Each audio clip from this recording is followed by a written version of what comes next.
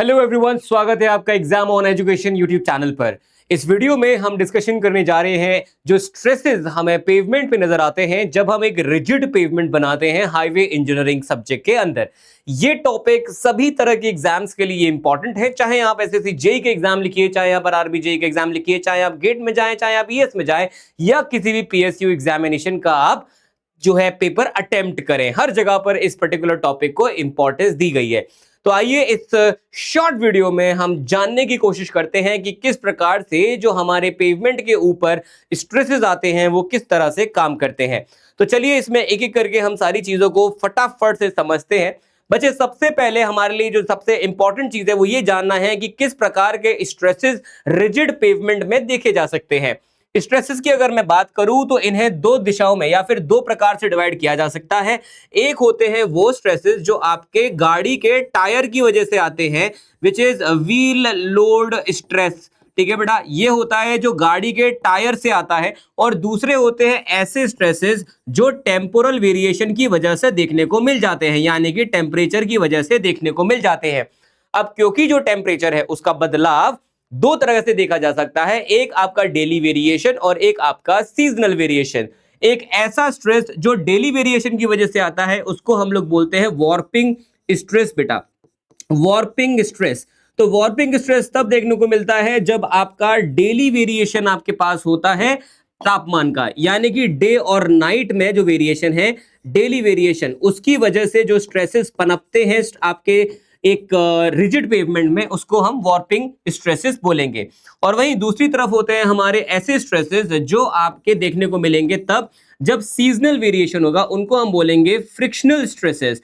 अब जो friction stresses होते हैं बच्चे, ये आपको देखने को मिलेगा जब आपका एक सीजन का वेरिएशन आता है, यानी कि समर एंड विंटर। अब यहां पर सीजनल वेरिएशन, अब यहां पर जो एक इंपॉर्टेंट सवाल हो जाता है कि सर आप ये बताओ कि हम इसको कैसे समझ सकते हैं, क्या सारे स्ट्रेसेस एक साथ नहीं आ सकते हैं, क्या ये अलग अलग आएंगे तो कैसे आएंगे, एक साथ आएंगे तो कैसे आएंगे, क्रिटिकल कॉम्बिनेशन क्या है। बिकॉज ये जरूरी है समझना कि ये सारे स्ट्रेसेस एक साथ ही आपको देखने को मिलेंगे, क्योंकि जब एक गाड़ी आपकी सड़क पर चलेगी तो उसका जो टायर है उसका लोड जो है वो सड़क पर आ रहा होगा, और उस टाइम जरूर या तो समर या तो विंटर या तो दिन या तो रात हो रहा होगा। इसका मतलब ये तीनों के तीनों स्ट्रेसेस आपको एक साथ ही देखने को मिलेंगे। तो इनका जो सबसे क्रिटिकल कॉम्बिनेशन होगा वो क्या होगा, आइए इस वीडियो में उसी को जानते हैं। इसको जानने से पहले हमें यह पता होना चाहिए कि जो स्ट्रेसेस होते हैं वो हम हमारी स्लैब के तीन हिस्सों में चेक करते हैं। पहला हिस्सा होता है आपका इनर। यहां पर हम देखते हैं कि आपकी जो स्लैब का इनर वाला पार्ट है उसमें जब लोड होगा तो ये स्लैब किस तरह से बिहेव करेगी। इनर में जो ये वाला पार्ट है, बीच वाला हिस्सा है स्लैब का, उसको हम कंसिडर करेंगे। और दूसरा जो आप हिस्सा कंसिडर करेंगे वो होंगे आपके जो स्लैब है उसकी एजेस। बचे जो भी ये एजेस हैं उनको आप कंसिडर करेंगे कि भाई इनमें जो स्ट्रेसेस जब इनके ऊपर लोड आएगा तो ये किस तरह से बिहेव करेगी आपकी जो स्लैब है। और लास्ट में हम बात करेंगे कॉर्नर के ऊपर जो भी हमारे लोड आएंगे तो उस वजह से ये जो स्लैब है वो किस तरह से बिहेव करेगी। अब एक एक करके इसको समझते हैं, जिसमें हम सबसे पहले देखेंगे नेचर यहां पर व्हील लोड स्ट्रेस का। उसके लिए हम लोग क्या करते हैं, हम लोग एक स्लैब कंसिडर कर लेते हैं बेटा। अब ये स्लैब के ऊपर जब एक लोड आएगा, अब हम इसको एक एक करके समझते हैं। जब ये सेंटर यानी कि इनर पे होगा, जब ये एज पे होगा, जब ये कॉर्नर पे होगा। उसके लिए मैंने यहाँ पर एक स्लैब जैसी एक चीज ली है जो आपको समझने में चीजों को और आसानी करेगी। अब यहाँ पर देखिए, यहाँ पर मेरे पास एक स्लैब जैसी चीज हो गई। जब मेरे पास यहाँ पे सेंटर पे लोड आएगा, इस जगह पर सेंटर पे लोड आएगा, तब आप देखिए यहाँ पर जो स्लैब है इसकी टेंडेंसी है ये इस तरह से बेंड हो जाएगी। अगर ये ऐसे बेंड हो जाएगी तो जो टॉप फाइबर है इसके, उसके ऊपर आपको कंप्रेशन देखने को मिलेगा, यानी कि हमारा जो स्लैब है वो कुछ इस प्रकार से अपने शेप को चेंज करेगा और आपका जो स्लैब है वो इस तरीके से आपको नजर आएगा। ठीक है, तो ये मैं थोड़ा सा ओवर एग्जैजरेटेड करके बता रहा हूं, ऐसे एकदम ऐसा नहीं है कि स्लैब बिल्कुल यूं हो जाएगा। बहुत ज्यादा इसकी हाई फ्लेक्सुरल रिजिडिटी होती है जिस वजह से इतनी जल्दी ये बेंड होता नहीं है। लेकिन यहां से आपको देखने को मिल जाता है कि जो बॉटम है आपकी यहां पर, इसमें बॉटम में टेंशन आ जाता है और वही टॉप जो होता है उसमें आपको कंप्रेशन देखने को मिल जाता है। ऐसा कब हो रहा है? ऐसा तब हो रहा है जब आपका जो टायर है गाड़ी का वो स्लैब के सेंटर में आता है, इनर में आता है। तो मैं यहाँ पे एक टेबल बनाया हूं जिसमें ये सारे लोड को मैं एक एक करके या नेचर ऑफ स्ट्रेस को एक एक करके नोट करूंगा। तो यहाँ पर जो मैं नोट करूंगा बेटा वो है यहाँ पर मेरा जो इनर है, इनर में मैंने क्या देखा कि जो व्हील लोड है उस वजह से जो टॉप है, टॉप पर मुझे कंप्रेशन दिखता है या टेंशन। बेटा इस तरीके से अगर स्लैब है तो जाहिर सी बात है ऊपर मेरा कंप्रेशन है और नीचे मेरा टेंशन, ऊपर कंप्रेशन नीचे टेंशन, ऊपर कंप्रेशन नीचे टेंशन। तो मेरा जो टॉप है उस पे कंप्रेशन दिखता है और बॉटम पे मुझे टेंशन नजर आता है। जब ये सेम लोड हमारे एक स्लैब के एज पर लग रहा होगा, एज पर, तो जब ये लोड एज पर आएगा तो ये स्लैब जो है वो कुछ इस तरह से आपको डेविएट होता हुआ या डिफ्लेक्ट होता हुआ दिखेगा। यहां पे भी सेम वही चीज हो रही है, ऊपर आपको कंप्रेशन दिखेगा, नीचे आपको टेंशन दिखेगा, ऊपर आपको कंप्रेशन दिखेगा, नीचे आपको टेंशन दिखेगा। यही चीज मैं यहां पर नोट भी कर दूंगा कि भाई टॉप पे कंप्रेशन है, बॉटम में टेंशन है। किस केस में? ये तब केस है जब आपके एज पर आपका कोई भी लोड आता है व्हील का। अब तीसरा केस आता है कि कॉर्नर पे अगर यहां पे लोड आता है तो आपका स्लैब कैसे बिहेव करेगा। अगर कॉर्नर पे, स्लैब के कॉर्नर पे लोड आएगा तो स्लैब कुछ इस तरीके से डेविएट या फिर डिफ्लेक्ट होगा। यानी कि अब आपके टॉप पे टेंशन है, बॉटम पे कंप्रेशन है, टॉप में टेंशन है, बॉटम में कंप्रेशन है। इसी वजह से हम यहां पे लिख देंगे टॉप में टेंशन और बॉटम में कंप्रेशन। ये आपको आई होप अच्छे से समझ आ गया होगा। अब मैं आपको समझाता हूं अबाउट द वार्पिंग स्ट्रेसेस का नेचर। इसको समझने के लिए हमें एक चीज देखनी पड़ेगी बेटा कि जब आपकी स्लैब, हम एक यहां पर दिन का वक्त ले लेते हैं, मस्त आपका जो स्लैब है वो इस तरह से रखा हुआ है, यहां पर ये रखा हुआ है बढ़िया, आपका जो नीचे इसके लेयर है वो लगी हुई है, बहुत मजा आ रहा होगा इसको। इसके ऊपर जो है भाई साहब सूरज भी है, हम दिन की बात कर रहे हैं अभी। जब यहाँ पे सूरज है तो सूरज की किरणें भी होंगी, सूरज की किरणें होंगी तो यहाँ पे तापमान ज्यादा भी होगा। तो अगर हम डे की बात करेंगे बेटा, दिन की बात करेंगे, तो दिन में जो ऊपर वाली सरफेस है उसका जो तापमान है वो ज्यादा होगा इन कंपैरिजन टू नीचे जो सरफेस है उसका तापमान कम होगा। जिस वजह से मेरी जो स्लैब है, ध्यान से सुनना मेरे शब्दों को, जिस वजह से मेरी जो स्लैब है वो अपनी शेप को चेंज करना चाहेगी, कर नहीं पाएगी, चाहेगी। कैसे? ये जो स्लैब है ये अपने आप को चेंज करना चाहेगी, अपना शेप जो है वो कुछ इस तरह से चाहेगी कि यार मेरा जो शेप है ना, यार मेरा जो शेप है ना वो कुछ ऐसा हो जाए तो मजा आ जाएगा, कुछ ऐसा हो जाए तो मजा हो जाएगा। यानी कि हमारी जो स्लैब है वो ये चाहेगी कि नीचे यहां पर कंप्रेशन आ जाए और ऊपर टेंशन आ जाए, लेकिन ऐसा होगा नहीं। क्यों? क्योंकि यहां पर इंटरनल स्ट्रेसेस डेवलप हो जाएंगे जो इस डिफॉर्मेशन को रेजिस्ट करेंगे। और अगर मुझे रेजिस्ट करना है, अगर मुझे कोई धक्का देता है ऐसे करके, मुझे कोई चाहता है यूं करके धक्का देना, और मैं चाहता हूं कि मुझे वो धकेल ना पाए और वो कितना भी फोर्स लगाए वो मुझे पीछे ना कर पाए, मुझे सेम अमाउंट का फोर्स, सेम अमाउंट का स्ट्रेस ऑपोजिट दिशा में लगाना पड़ेगा। अगर मैं अपने सर को बिल्कुल उसी जगह रखना चाहता हूं, अगर मैं सेम अमाउंट ऑफ फोर्स नहीं लगाऊंगा मेरा सर पीछे चला जाएगा। अगर मैं सेम अमाउंट ऑफ फोर्स लगाऊंगा तो कितनी भी कोशिश कर ले यहां पर मेरा सर पीछे नहीं जाएगा। ये सेम चीज स्लैब के अंदर है। स्लैब भी अपने शेप को मेंटेन करने के लिए इसके ठीक विपरीत इंटरनल स्ट्रेसेस को डेवलप करेगी, मैग्नीट्यूड में भी और नेचर में भी। मैग्नीट्यूड सेम, नेचर उल्टा, यानी कि ऊपर कंप्रेशन और नीचे टेंशन देखने को मिलेगा दिन के वक्त यहां पर इस पर्टिकुलर स्लैब के अंदर। आई होप ये आप समझ गए होंगे।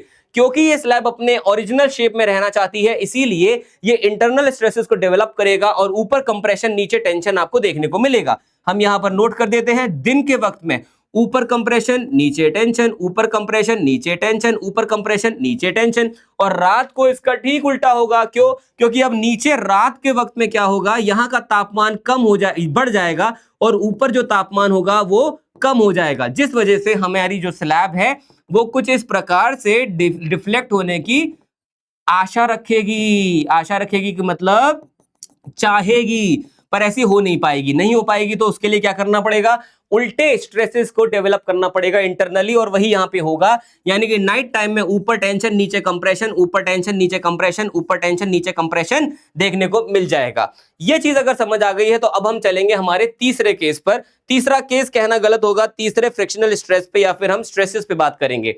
अब जब बात करता हूं मैं डे और नाइट के बाद हमारे सीजन्स की, तो बेटा अब यहां पर जो स्लैब है, लेट्स से समर सीजन है, समर सीजन में होगा क्या, क्योंकि गर्मी बहुत ज्यादा है तो हमारी पूरी की पूरी स्लैब जो है वो एक्सपैंड करने की कोशिश करेगी। मेरी स्लैब चाहती है एक्सपैंड होना, उड़ना चाहती है, घूमना चाहती है, बस रुकना नहीं चाहती है।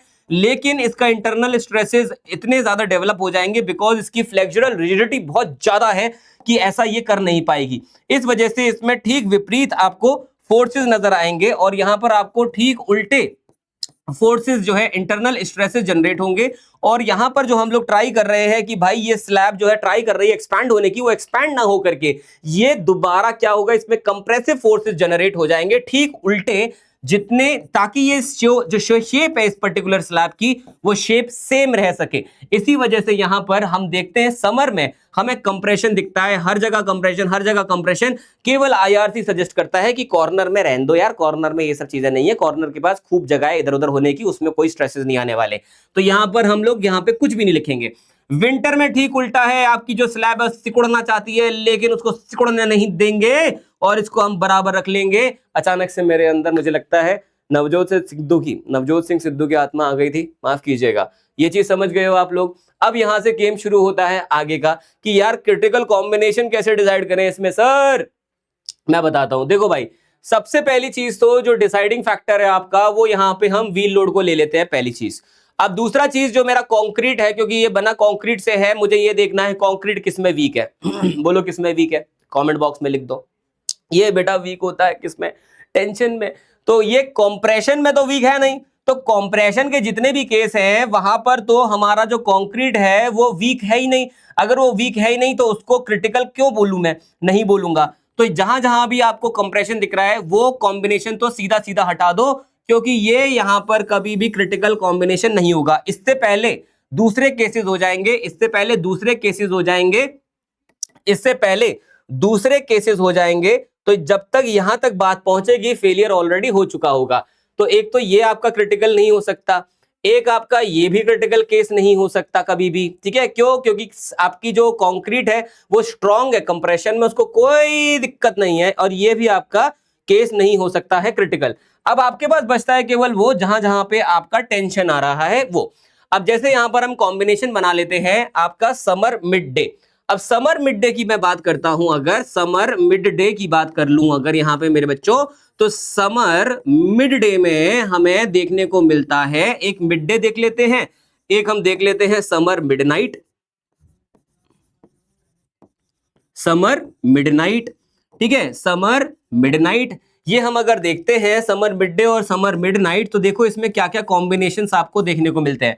सबसे पहले अगर मैं इनर की बात करता हूं, तो इनर पे मेरे को जो दिखता है समर मिड डे में, तो समर मिड डे में टेंशन टेंशन कंप्रेशन देखने को मिलता है मेरे भाई, टेंशन टेंशन कंप्रेशन देखने को मिलता है मेरे भाई, टेंशन टेंशन कंप्रेशन देखने को मिलता है मेरे भाई। अगर मैं बात करता हूं एजेस की, तो टेंशन टेंशन कंप्रेशन ही देखने को मिलता है, यहां भी कोई सेम कोई बदलाव नहीं है, ठीक है सर, ये चीज समझ आ गई है। और अगर हम बात करते हैं कॉर्नर की, तो यहां पर आपको देखने को मिलता है tension compression, tension compression, tension compression, यहां भी ऐसी कोई बात नहीं है, राइट सर। तो यहां पर आपका जो क्रिटिकल कॉम्बिनेशन, अब रात को अगर मैं देखता हूं तो यहां पे मिलेगा मुझे टेंशन कंप्रेशन एंड टेंशन, ठीक है सर। इसके बाद अगर हम यहां पर देखते हैं, यहां पे भी सेम केस है, टेंशन कंप्रेशन एंड कंप्रेशन। लेकिन अगर हम यहां पर ले देते हैं विंटर की बात, अगर मैं विंटर में देखता हूं, विंटर में मेरे को क्रिटिकल कॉम्बिनेशन कब मिल जाएगा, जब मेरा विंटर का डे होगा, राइट होगा कि नहीं होगा, जल्दी बताओ everybody, quickly quickly in the comment box, champions full power के साथ आंसर दीजिए मेरे को कमेंट बॉक्स में, राइट और नॉट। तो हमें जो यहां पे क्रिटिकल कॉम्बिनेशन मिलेगा, एक मिनट आप वीडियो को पॉज करो और देखो, और यहां पर खुद से मुझे एक बार कमेंट बॉक्स में लिख करके बताओ कि कब आपको देखने को मिलेगा आपका क्रिटिकल कॉम्बिनेशन हाईएस्ट, यानी कि T+T+T कब देखने को मिलेगा। फटाफट से मुझे एक बार फुल पावर के साथ आप कमेंट बॉक्स में लिख करके बता दीजिए, सभी चैंपियंस को बताना है quickly in the comment box.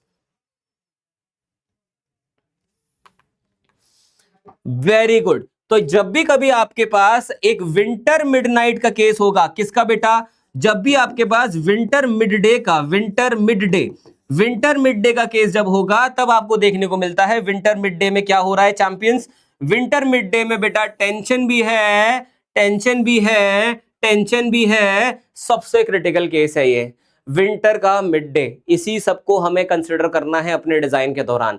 इस तरह के कॉन्सेप्ट अगर आपको और बेहतर रूप से समझने हैं, या फिर और ज्यादा आपको गहराई से और समझने, देखो इसमें और गहराई तो क्या ही है, यही कॉन्सेप्ट है। आशा करूंगा कि कुछ ना कुछ आप कम वक्त में सीख पाए होंगे। इस तरह के और सेशन अगर आपको चाहिए, चैनल को फुल पावर से सब्सक्राइब करो और मुझे बताओ कमेंट बॉक्स में अगली वीडियो किसकी चाहिए जिसमें मैं 10 मिनट के अंदर आपको पूरा कॉन्सेप्ट समझा पाऊं। फटाफट से उस कॉन्सेप्ट का नाम, उस सब्जेक्ट का नाम मुझे इस वीडियो के नीचे कमेंट बॉक्स में लिख दो। चैनल को फुल पावर से सब्सक्राइब कर दो और इस वीडियो को अपने दोस्तों के साथ शेयर भी कर दो और एग्जाम ऑन एजुकेशन की एप्लीकेशन को इंस्टॉल करना बिल्कुल भी नहीं भूलना है। Thank you so much, bye bye and take care.